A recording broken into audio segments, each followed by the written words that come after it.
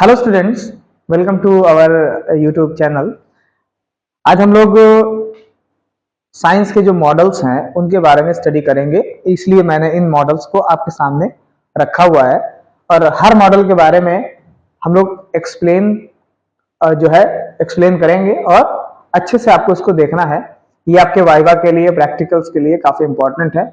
आप मॉडल को देख कर अगर सीखेंगे तो आप अच्छे से सीख पाएंगे, इसलिए हम लोग वन बाय वन एक एक मॉडल को स्टडी करेंगे। ठीक है, तो मॉडल स्टडी करने से पहले हम लोग पहले माइक्रोस्कोप की स्टडी करेंगे, क्योंकि बिकॉज जो माइक्रोस्कोप होता है वो बायोलॉजी के प्रैक्टिकल में एक अहम भूमिका, एक इंपॉर्टेंट भूमिका जो है वो निभाता है। तो इसलिए हम इस माइक्रोस्कोप को पहले स्टडी करेंगे और देखेंगे कि ये जो माइक्रोस्कोप है इसके क्या पार्ट हैं, क्यों फंक्शन में इसको लाया जाता है, और तो इसी पे हम सीखने वाले हैं। तो सबसे पहली चीज हम माइक्रोस्कोप के बारे में देखेंगे। आप देखेंगे ये जो माइक्रोस्कोप है इसमें कई सारे पार्ट्स हैं और इनको हमें देखना है। माइक्रोस्कोप एक ऐसा इंस्ट्रूमेंट होता है जो बहुत ही माइन्यूट ऑब्जेक्ट को मैग्नीफाई करके देखने के लिए इस्तेमाल किया जाता है। ठीक है, तो अगर आप इस माइक्रोस्कोप को देखेंगे तो इस माइक्रोस्कोप के दो पार्ट हैं। इधर ये वाला जो पार्ट है, ये जो आपको दिख रहा है ये पार्ट है, ये कहलाता है फुट। ये फुट पार्ट कहलाता है। और जहां मैंने इसको पकड़ के रखा हुआ है ये सी शेप्ड होता है, जिसको लिम्ब बोलते हैं। ओके, तो ये फुट हो गया और ये लिम्ब हो गया। और इस लिम्ब के लोअर साइड पे, यानी यहाँ पे ये वाला पार्ट है, इसे स्टेज बोलते हैं, जो कि स्क्वायर शेप का होता है। इस स्टेज के ऊपर यहाँ पे दो पिंस लगी हुई है। ये देखिए, आप ये दो पिंस देख लीजिए। इन दोनों पिंस के नीचे स्लाइड को रखा जाता है। ठीक है, ये स्टेज हुआ और ये पिंस हुई, और इन पिन के नीचे हम स्लाइड को रखेंगे ऑब्जर्व करने के लिए। राइट, अगर आप इस लिम्ब को देखें जो सी शेप्ड है, तो यहाँ इस लिम्ब के जस्ट ऊपर यहाँ पे आप देखेंगे एक बॉडी ट्यूब है। ठीक है, इस बॉडी ट्यूब के अंदर दो लेंसेज लगे होते हैं। एक नीचे की तरफ होता है जिसको हम ऑब्जर्वर लेंस बोलते हैं या ऑब्जेक्टिव लेंस बोलते हैं, इसे ऑब्जेक्टिव लेंस बोलते हैं। और इसके ऊपर होता है, इसको हम आईपीस लेंस बोलते हैं। ये आईपीस लेंस जो है उसका जो मैग्निफिकेशन है वो हम सेट कर सकते हैं, यहाँ पे लगा सकते हैं। और यहाँ पे भी जो ये ऑब्जेक्टिव लेंस होता है, इसमें कई सारे लेंस होते हैं, तीन मोस्टली लेंस होता है, जिसको हम रोटेट करके उस मैग्निफिकेशन को मेंटेन कर सकते हैं। ठीक है, आगे देखिए, ये जो बॉडी ट्यूब है, ये वाला जो बॉडी ट्यूब है, इसे हम अप और डाउन जो है वो कर सकते हैं, जो कि रैक एंड पिनियन मैकेनिज्म के द्वारा कंट्रोल होता है। तो इसको हम ऊपर नीचे कर सकते हैं। यहाँ पे अगर आप देखेंगे तो दो और लगे हुए हैं रैक। इससे क्या होता है कि जो इमेज है उसकी शार्पनेस को मेंटेन किया जाता है। ठीक है, अगर इस स्टेज को आप देखेंगे तो इस स्टेज के जस्ट नीचे अगर आप यहां देखेंगे तो यहाँ पे मिरर लगा हुआ, आप देखो ये मिरर लगा हुआ है। इस मिरर का काम होता है कि जो सन की लाइट है उसे स्लाइड के ऊपर रिफ्लेक्ट करना। ठीक है, तो इसमें दो प्रकार के लेंसेज होते हैं, प्लेन मिरर भी होता है और एक दूसरा भी जो है वो लेंस होता है। ठीक है, यानी मिरर होता है, कॉन्केव मिरर होता है। इसका काम होता है लाइट को फोकस करना। अगर इसको आप ध्यान से देखेंगे तो इसके नीचे एक पार्ट लगा हुआ है, दैट इज कॉल्ड कंडेंसर। ठीक है, तो ये कंडेंसर का काम होता है, इट एडजस्ट द लाइट को कि कितनी लाइट की एंट्री करनी चाहिए, जो कि इस स्लाइड के ऊपर जाके पड़े, ताकि वो इजी से अच्छे से ऑब्जर्व हो जाए। ठीक है, तो इस तरीके से ये होता है। हम यहाँ से देखते हैं और इसमें ध्यान रखना जाता है कि माइक्रोस्कोप को जो हम देखेंगे तो हम दोनों आंखों से देखेंगे।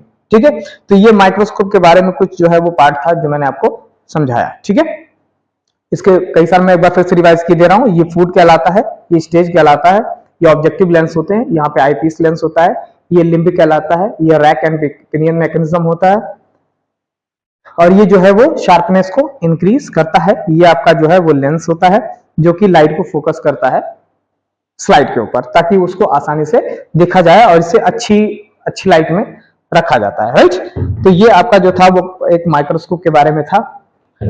अब जो नेक्स्ट पॉइंट है, that is called the structure of brain. अगर आप ब्रेन के स्ट्रक्चर को देखेंगे, ये देखिए आपका ब्रेन का स्ट्रक्चर है। अगर आप ध्यान से देखें तो ये ब्रेन का स्ट्रक्चर है। मोस्टली ब्रेन में तीन पार्ट होते हैं, जो आप सभी लोग जानते होंगे। ब्रेन में तीन पार्ट है। फर्स्ट पार्ट जो ये आपका दिखाया गया है, ब्रेन का जो शेप होता है वह ऐसा होता है। ये ब्रेन का जो लार्जेस्ट पार्ट है इसे बोलते हैं सेरिब्रम, और ये जो पार्ट होता है आपका लोअर पार्ट, इसको बोलते हैं सेरिबेलम, और ये जो पार्ट होता है that is called medulla oblongata. ठीक है, तो अब इसकी हम डिटेल स्टडी करने वाले हैं, उसको हमें देखना है। ठीक है, तो अगर हम ध्यान से देखें तो this part is called cerebellum. This cerebellum is found at the lower point of the cerebrum. ये जो आपके सामने जो ये सेरिबेलम है, it helps in the posture and balance of the body. Okay, इसको हम देखेंगे। दूसरा ये है, आप देखिए कि अब ये जो ब्रेन है, ये ब्रेन का जो पार्ट बचा है सेरिब्रम कहलाता है। इसमें 4 पार्ट है। First is that is called frontal lobe, and second is parietal lobe, and third is occipital lobe which is the back part. And जो ये वाला जो पार्ट है, ये वाला जो पार्ट है, इसे हम बोलते हैं टेम्पोरल लोब। ठीक है, जो कान के पास होता है उसे टेम्पोरल लोब बोलते हैं। मैं इन्हें अलग करता हूं, आप देखिएगा, ये देखिए, that part is called temporal lobe. Okay, and उसके बाद हम इसका जो ब्रेन स्टेम कहलाता है उसको हम निकालते हैं। ये वाला जो पार्ट है ये कहलाता है ब्रेन स्टेम का पार्ट। अगर आप ध्यान से देखेंगे तो ये वाला जो पार्ट है वो कहलाएगा सेरिब्रम। ठीक है, सेरिब्रम कहलाएगा, जो बीच में एक डिवाइडेड होता है, 2 टुकड़ों में डिवाइडेड होता है, left and right cerebral hemisphere के अंदर। ठीक है, लेफ्ट एंड राइट में जो है वो डिवाइडेड होता है। ओके, तो ये सेरिब्रल हेमिस्फीयर कहलाता है। ओके, ये दोनों सेरिब्रल हेमिस्फीयर दोनों जगह से एक जगह से ज्वाइन होते हैं, और उस वाले ज्वाइंट वाले पोर्शन को, ये जो पोर्शन है ना ज्वाइंट वाला, इसको बोलते हैं corpus callosum. Is a tract of fibre which connects the two cerebral hemisphere. ठीक, आगे देखेंगे, आप देखिए इसका जो पार्ट है यहाँ पे, इसको बोलते हैं मेडुला ऑब्लंगेटा, और ये वाला जो पार्ट है उसे पॉन्स बरोली कहा जाता है, जिसके अंदर न्यूमेटैक्सिक सेंटर होता है। और इस न्यूमेटैक्सिक सेंटर के अंदर, मतलब जो न्यूमेटैक्सिक सेंटर होता है, ये रेस्पिरेशन को कंट्रोल करता है। ठीक है, और दूसरी चीज देखेंगे कि इसके इंटरनल स्ट्रक्चर को हम देखेंगे। तो अगर हम इसके इंटरनल स्ट्रक्चर को देखना चाहें तो किस तरीके से हम जो है वो देखेंगे, आप ये भी देख सकते हैं, मैंने सारे पार्ट्स को अलग कर दिया है। आप देखेंगे कि ये जो पार्ट है, ये वाला, ये मेडुला ऑब्लंगेटा का पार्ट कहलाता है। ये वाला जो पार्ट है वो न्यूमेटैक्सिक सेंटर जो है वो कहलाता है, दैट इज पॉन्स बरोली कहलाता है। इसके बाद आप अगर ऊपर आएंगे तो ये वाला जो छोटा सा पार्ट है, इसे पिट्यूटरी ग्लैंड बोलते हैं। और इस पिट्यूटरी ग्लैंड के जस्ट ऊपर, यानी यहाँ पे अगर हम देखेंगे, अगर हम यहाँ पे देखें तो इस पिट्यूटरी ग्लैंड के जस्ट ऊपर होता है, जिसको हम बोलते हैं हाइपोथैलेमस। ठीक, इस हाइपोथैलेमस के अपर रीजन पे अगर आप चले जाएंगे तो ये कहलाएगा थैलेमस, और इसके और ऊपर चले जाएंगे तो ये कहलाएगा एपिथैलेमस। ओके, हाइपोथैलेमस जो है ये बहुत सारे हार्मोन रिलीज करता है, इसलिए इसके हार्मोन को रिलीजिंग हार्मोन बोलते हैं। ठीक है, रिलीजिंग हार्मोन बोलते हैं। और ये रिलीजिंग हार्मोन जो है वो जो हाइपोथैलेमस से रिलीजिंग हार्मोन आता है पिट्यूटरी ग्लैंड, और ये पिट्यूटरी ग्लैंड और सारी ग्लैंड्स को एक्टिवेट करता है, फिर इसे स्टिमुलेटिंग हार्मोन के नाम से जाना जाता है। अगर आप पीछे आएंगे तो यहाँ पे एक पिंक कलर का है जिसको पीनियल बॉडी बोलते हैं। ये पीनियल बॉडी मेलाटोनिन हार्मोन जो है वो सिक्रीट करती है, जो आपके बॉडी के कलर को डिसाइड करती है। ठीक है, और ये सर्केडियन रिदम यानी डायर्नल डे और टाइम में रिदम में कंट्रोल करता है कि आप कब जागेंगे, कब सोएंगे, ये इस चीज पे डिपेंड करता है। तो this is the total internal structure of the brain. ठीक है, तो अब हम लोग दूसरे स्ट्रक्चर्स के बारे में जो है वो पढ़ेंगे, इसके बारे में देखेंगे ये सारी चीजें। नेक्स्ट आता है जिसको हम बोलते हैं एड्रीनल ग्लैंड। ठीक है, एड्रीनल ग्लैंड। ठीक है, तो इसके बारे में रीड करेंगे। ये वाला जो स्ट्रक्चर है, आप देखिए ये वाला स्ट्रक्चर, ये किडनी है। ठीक है, किडनी में आप देखिए 3 ब्लड वेसल्स हैं, मोस्टली 2 ब्लड वेसल्स हैं। जो रेड कलर से दिख रहा है इसे हम बोलते हैं रीनल आर्टरी, और जो ब्लू कलर से होता है उसे हम रीनल वेन बोलते हैं। और ये जो आपको दिख रहा है this is called the ureter. ठीक है, यूरेटर क्या करता है, यूरिन को कलेक्ट करके यूरिनरी ब्लैडर में लेके जाता है। ठीक, लेकिन इसके टॉप पोस्ट पोजीशन पे आप देखिए यहाँ पे एड्रीनल ग्लैंड है which is A triangular pyramid like structure. और ये जो एड्रीनल ग्लैंड होता है ये 2 रीजन्स में डिवाइडेड होता है, cortex region and medulla region. Cortex जो है वो बहुत सारे हार्मोन सिक्रीट करता है, मोस्टली कार्टिसोल होता है, कॉर्टिकोस्टेरॉइड्स होता है, मिनरली कॉर्टिकोस्टेरॉइड्स होता है, जो कि ग्लूकोज की कंसंट्रेशन को और मिनरल और जो मिनरल को मेंटेन, दैट इज इलेक्ट्रोलाइट को बैलेंस करता है। मेडुला रीजन में चले आइए तो वहां पे हार्मोन है नेफ्रिन एंड एपिनेफ्रिन हार्मोन है, जो कि फाइट फ्लाइट और फ्लाइट हार्मोन के नाम से जाना जाता है। ये इमरजेंसी के दौरान इन्हें इमरजेंसी हार्मोन भी बोलते हैं। तो which is regulated by, which is controlled by, that is adrenal gland. तो ये आपका किडनी का स्ट्रक्चर है, आप देख लीजिए ये बीन शेप्ड का स्ट्रक्चर है किडनी का, जिसके अंदर एक नॉच होता है, यहाँ पे नॉच होता है जिसे हिलम बोलते हैं। Hilum is the part where the blood vessels enter and leave. Okay, so this is the part. आइए अगला देखते हैं, हम किडनी को देख लेते हैं। ये देखिए किडनी आपके सामने स्ट्रक्चर है।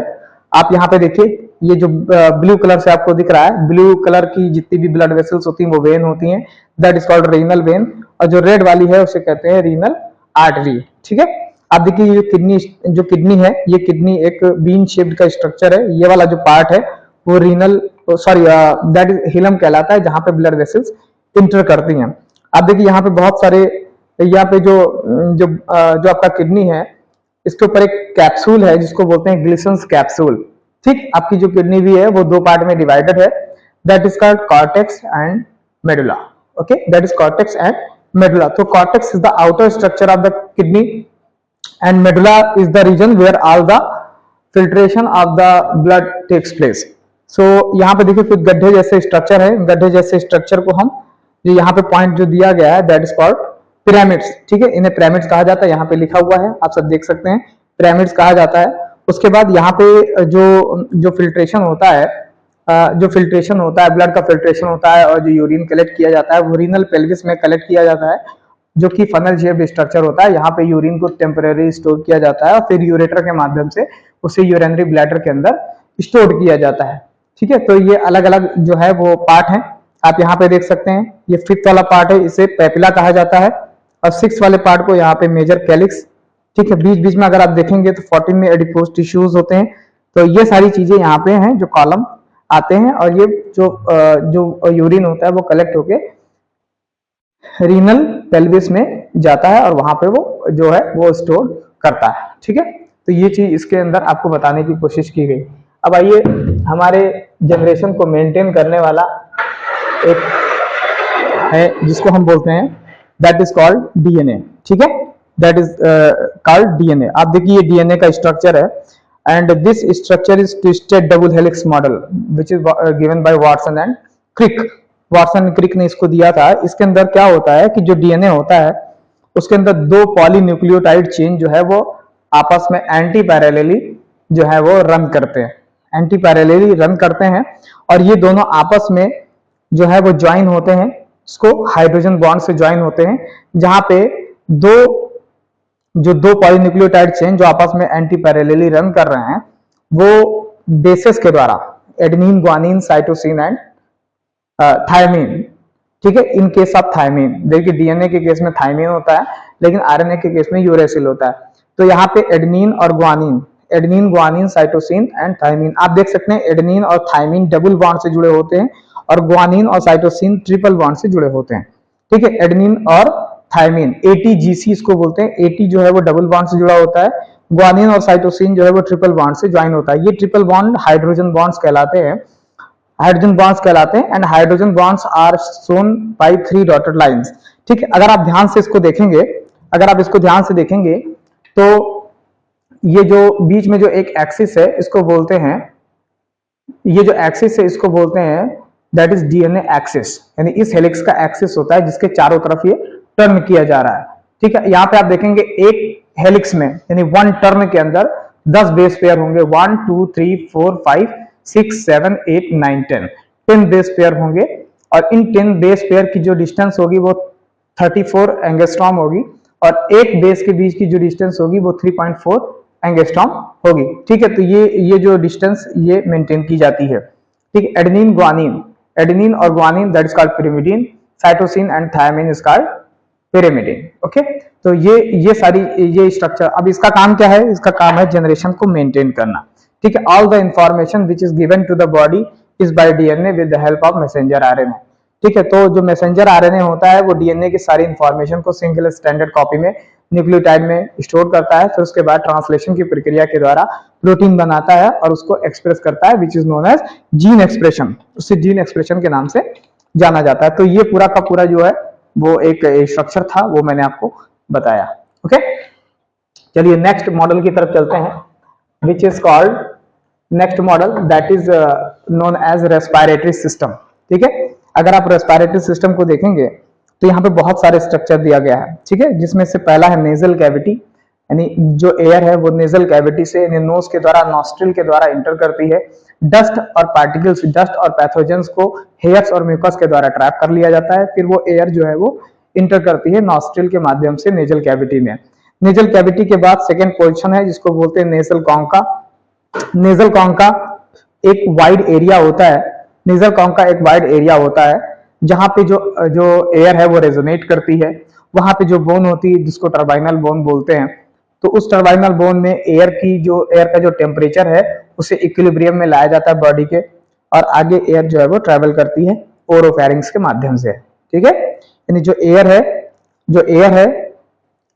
है वो आगे चल के ट्रैकिया के माध्यम से आगे की तरफ जाएगी, ठीक है। तो ट्रैकिया एक ट्यूब लाइक स्ट्रक्चर होता है जिसके पास बहुत सारी सी शेप्ड कार्टिलेजिनस रिंग्स होती हैं जो उसे कोलैप्स से बचाती हैं, ठीक है। तो ये आगे चल के यही जो ट्रैकिया होता है वो आगे चल के बाइफर्केट हो जाता है दो स्ट्रक्चर में, दो ब्रांचेस में, जिसको हम ब्रोंकस बोलते हैं। जहां से ये बाइफर्केट करती है उस स्थान को ब्रोंकस बोलते हैं, ये वाला स्थान ब्रोंकस है। और उसके बाद ये जब डिवाइड होती है तो ब्रोंकाई कहलाती है, और ब्रोंकाई आगे चल के और बाइफर्केट होता है तब वो ब्रांक्यूल कहलाता है। और ये ब्रांक्यूल जो है वो एल्वियोलाई में ओपन होता है। एल्वियोलाई क्या है? Alveoli is a balloon shaped structure which is found in the lungs, which is composed of squamous epithelial cells for single cell, so for the easy passage of the oxygen to the blood। तो ये आपका जो है वो lungs है, ये lungs है। इस लंग के बीच की जो डिस्टेंस है उसको हम बोलते हैं मीडियास्टिनम, और इसी मीडियास्टिनम के अंदर हार्ट जो है वो प्लेस्ड होता है, बहुत अच्छे से पंप करता है, ठीक है। This lungs is made up of spongin fibres and is supported by the ribs के द्वारा ये सपोर्टेड होते हैं। And the mechanism of respiration that is internal, that is breathing, the inspiration and expiration is controlled by the intercostal muscles, that is external and internal intercostal muscles। So these are the structure that is called a pleural membrane. Each kidney is surrounded by a membrane which is known as pleural membrane, and the cavity is filled with a fluid which is known as pleural fluid। So these are the structure। अभी थोड़ी देर मैंने आपको ये बताया था कि जो respiration की जो रेट होती है वो ब्रेन के द्वारा कंट्रोल होती है, जिसको हम निमोटैक्सिक सेंटर बोलते हैं।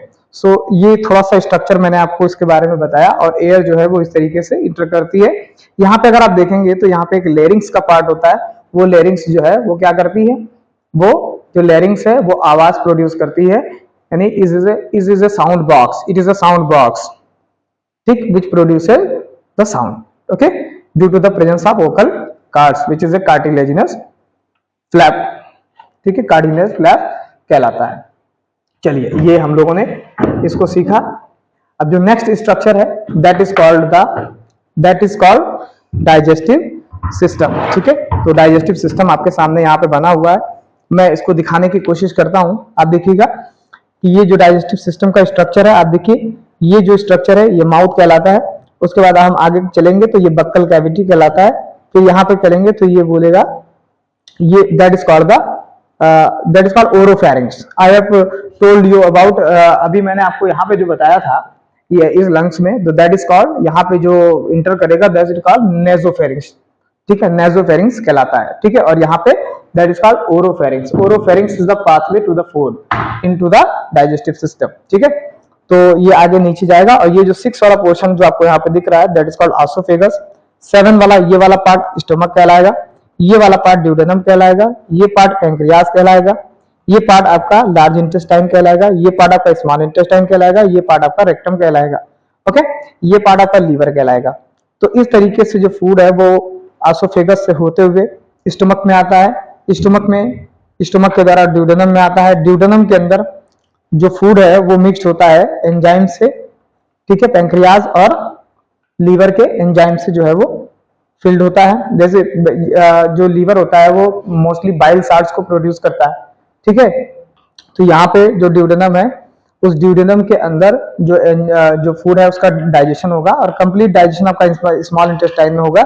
इसमें बहुत सारे स्मॉल फिंगर लाइक स्ट्रक्चर्स होते हैं जिनको हम एल्वियोलाई बोलते हैं, सॉरी विलाई बोलते हैं। और ये विलाई क्या करता है, फूड को एब्जॉर्ब करता है। बाकी जो रिमेन अनडाइजेस्टेड फूड है वो लार्ज इंटेस्टाइन के द्वारा होते हुए आगे की तरफ चला जाता है। बहुत ज्यादा हमको डिटेल नहीं पढ़ना है, थोड़ा बहुत हमको मॉडल के बारे में जानकारी लेनी है, वरना ये तो 1 घंटे का वीडियो हो जाएगा।